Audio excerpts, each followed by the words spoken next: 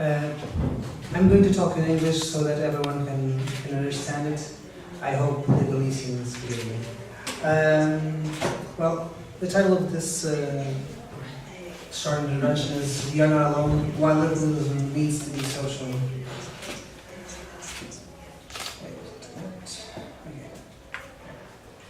First of all, at least that's the idea we have in Portugal. Liberalism is nowadays a cursed word because it's often used pejoratively, especially when it comes with the prefix neo. Neoliberalism is something very bad for everyone in Portugal when they listen to the word, and so it contaminates liberalism also. Often, when a person admits that in Portugal that he is a liberal, others look at him and say, what are you saying? Because it's not very commonly accepted. A study by Boas and Gans Morse reveals that neoliberalism is frequently used by those critical of free markets, but rarely used as by those who stand for them.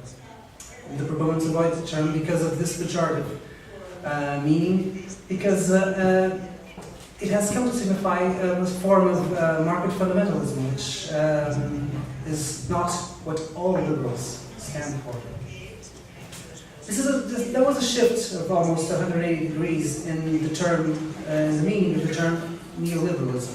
The negative connotation of the term came about in the 1980s, when Chilean intellectuals used it to define the economic reforms of the Pinochet regime and the Chicago Boys. However, decades before, the term was used by the Freiburg School of German economists to denote a philosophy that was moderate in comparison to classical liberalism, and both in its rejection of the laissez-faire policies and its emphasis on humanistic values and state intervention. How this shift came about? Well, there were similar structural conditions that inspired both the philosophy of the Freiburg School and the policy of the Pinochet regime. The Freiburg School was from the 1930s. We have National Socialism and also Socialism coming about, and it was a rising threat to the German economists, to these German economists of the Freiburg School. And Pinochet had a real threat with the return of socialism and after the overthrow of Allende regime of the Allende government. Pinochet's policies were inspired by Friedman and Hayek, and they responded to a real threat more than a potential shift towards socialism. And they were made in a much more polarized climate in terms of ideology. And it was the critics, not the proponents of free markets, that attached the neoliberal label to the set of economic policies. And so this was what made the shift, being the opponents that were attaching to the word their meaning. It got a negative connotation when originally it was positive because it was people who stood for them, and so it was completely different. Going back to the first use of the term neoliberalism. Well, the state that Europe and the world reached in the late 1920s. Because of the laissez-faire policies, meant that liberals began to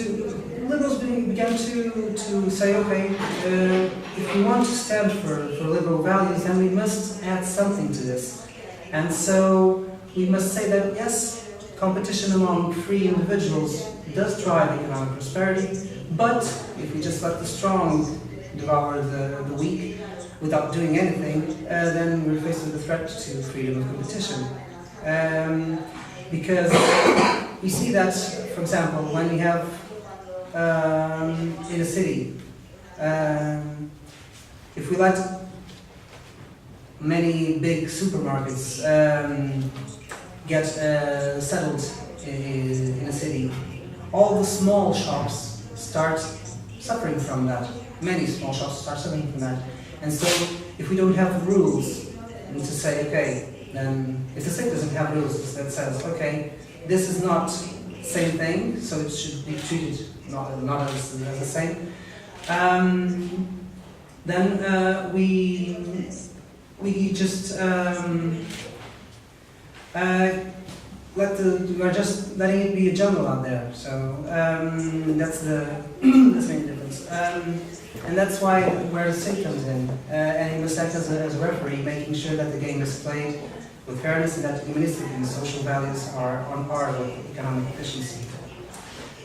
And this leads us to social liberalism. Usually, what do social liberals stand for? At MLS, we have sorry.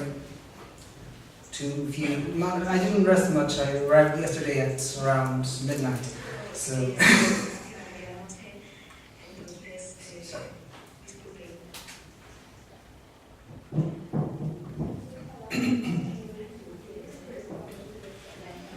Well, we stand for a mixed market economy made up of private companies, but where there are public programs for education, health, childcare, etc., available to all citizens. Regulatory organizations that defend workers, consumers, and competition. Free trade, basic social security, moderate levels of taxation, environment protection laws, not as much as environmentalists, but quite strong. Openness to immigrants and multiple cultures, that we've spoken about before. A secular and progressive social policy based on freedom, including support of sexual education, LGBT rights, reproductive rights, pro-choice policies on abortion, death penalty, elimination of death penalty, euthanasia. Decriminalization of drugs and prostitution, victims, decentralized decision-making, international federalism in the EU, and as you can see on the screen. I'd like to leave you with just a few social liberal thinkers that inspire us. Jeremy Bentham, founder of utilitarianism in favor of the abolition of slavery, the abolition of death penalty, decriminalizing of homosexual acts, an early advocate of animal rights with the famous, the question is not can they reason or can they talk, but can they suffer. Obhaus, that property is acquired not only by individual effort, but by societal organization. Essentially, wealth has a social dimension, it's a collective product, which means that those who have property owe some of their success to society and thus have some obligation to others. And this is a justification for redistribution. Also, Dworkin, who believes that human beings are responsible for the life choices they make, and the national norms of intelligence and talent are arbitrary and should not affect the distribution of resources in society. Everyone is entitled to equal concern and respect in the design of the structure of society. And most of all, I think that we should believe that liberalism needs to be a bit more social and not so focused on just the market, because we're not alone and society needs to be a little bit more equal. I didn't do this presentation with a lot of focus, just a little introduction, because I'd like to have more of a debate with you and to try to see what questions the theme would bring to your mind. That's it. Bueno, pues como nos decía Luis, preguntas, comentarios. A súa presentación é unha presentación para fomentar este debate. My impression is sometimes that the difference between neoliberalism and socialism is more a question of image than a matter of fact. If you compare the most of the social liberal agenda with what Milton Friedman said, there is no so many differences. Also, Milton Friedman for basic. You must use the micro because the translation. Excuse me. The microphone. Microphone.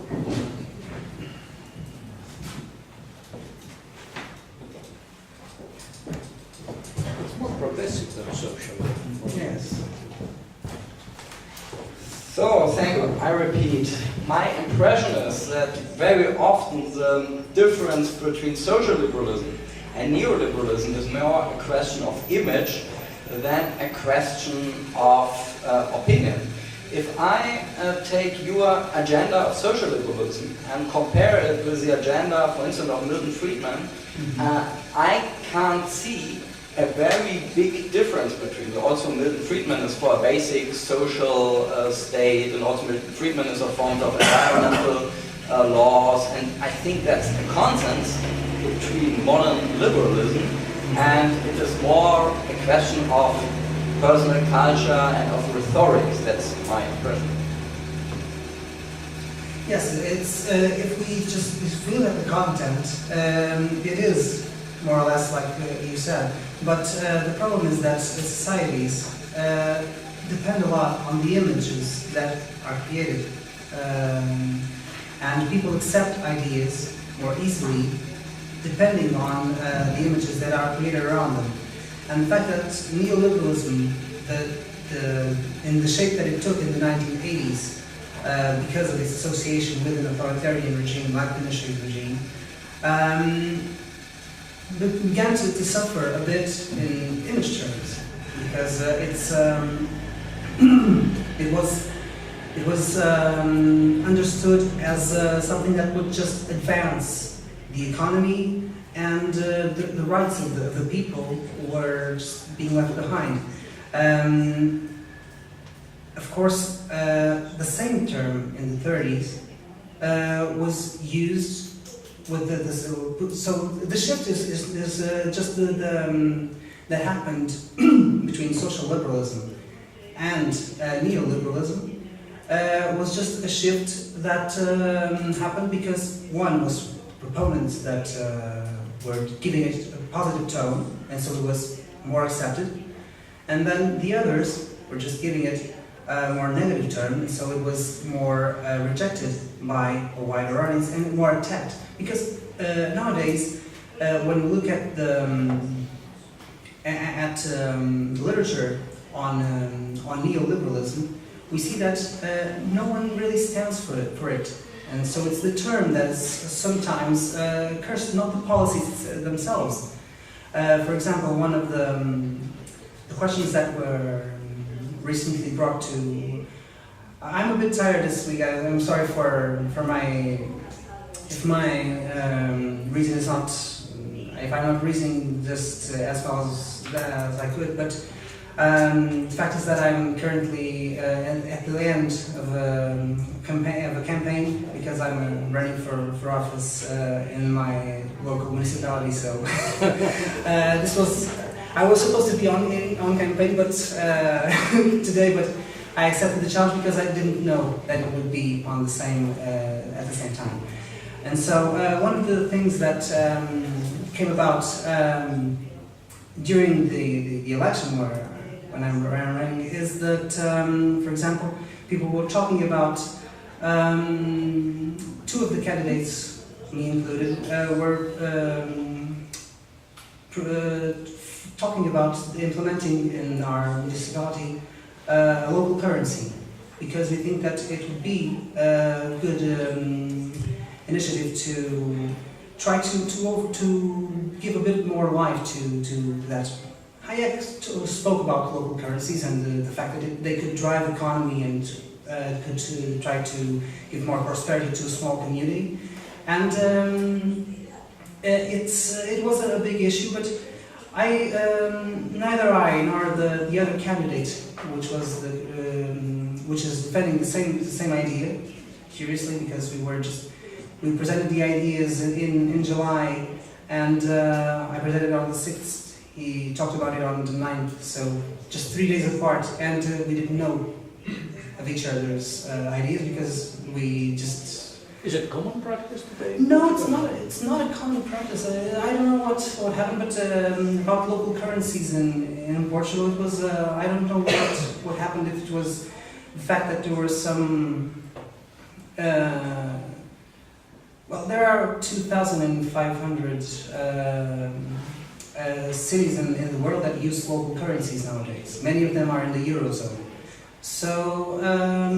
Probably the fact that the news were spreading out, and the Naples example was quite spoken in Portugal, led that in the same city, in Setúbal, I am defending the local currency, and there's also another candidate of the Socialist Party that is also saying the same. In Cascais, there is also one of the candidates talking about local currencies, and it's a thing that is being spoken about here in Portugal. And the fact that is that although I think I was the only one that admitted on television that it was inspired by Hayek's ideas and Schumacher's ideas. So because none of the others talked about influences that they had in terms of thinking. Because when you say that you have an influence of a thinker like Friedrich Hayek, sometimes people just look at you and say, "You're a dangerous liberal."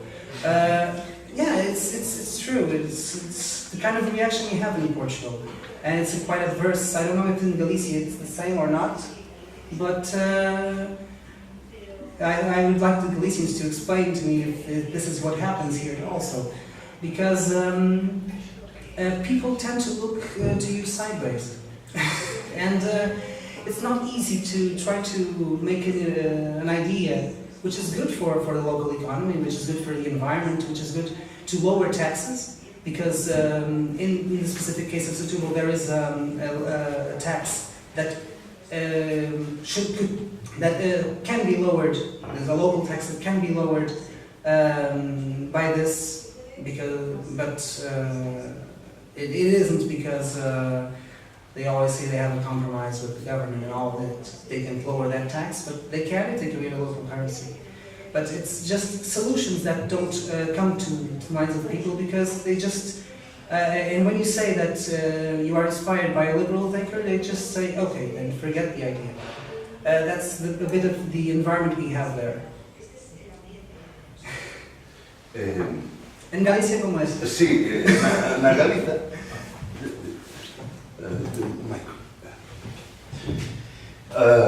Na Galiza e na España, eu penso que é algo similar ao que acontece en Portugal. Mentas a certas persoas, non sei, a Milton Friedman, e Milton Friedman é o demo, non? É o demo, pero por que acredito eu que acontece isto?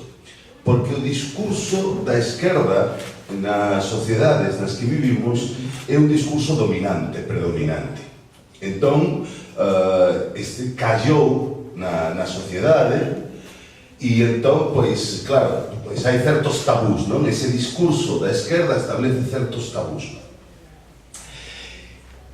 Pero eu creo que ás veces, desde o liberalismo, non somos suficientemente beligerantes para combatir este discurso.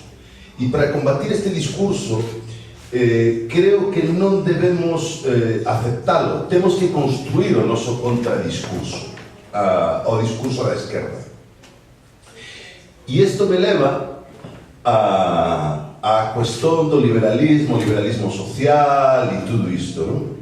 Por exemplo, eu creo que no liberalismo moitas veces aceptamos case sen darnos conta este discurso da esquerda cando insistimos tanto na igualdade. A insistencia na igualdade é un discurso moi socialista, que eu creo que os liberais non debemos comprar. creo que os liberais, e temos un discurso moito millor que ese, que é insistir na mobilidade social, que é o verdadeiramente importante, e é o verdadeiro criterio de xustiza. Entón, creo que debemos mudar o noso discurso, e entón, si desde o liberalismo construímos ese discurso alternativo á esquerda, falando máis de mobilidade social, non? Que o importante, e para a mobilidade evidentemente é preciso moitas veces esa igualdade de oportunidades ou como lle queiramos chamar, non? Pero debemos escapar dos conceitos dos socialistas e construir o noso propio discurso, e creo que iso ao mellor tamén evitaría moitos malos entendidos entre os propios liberais, non? Que era un pouco quizás do que falaba Gerard antes,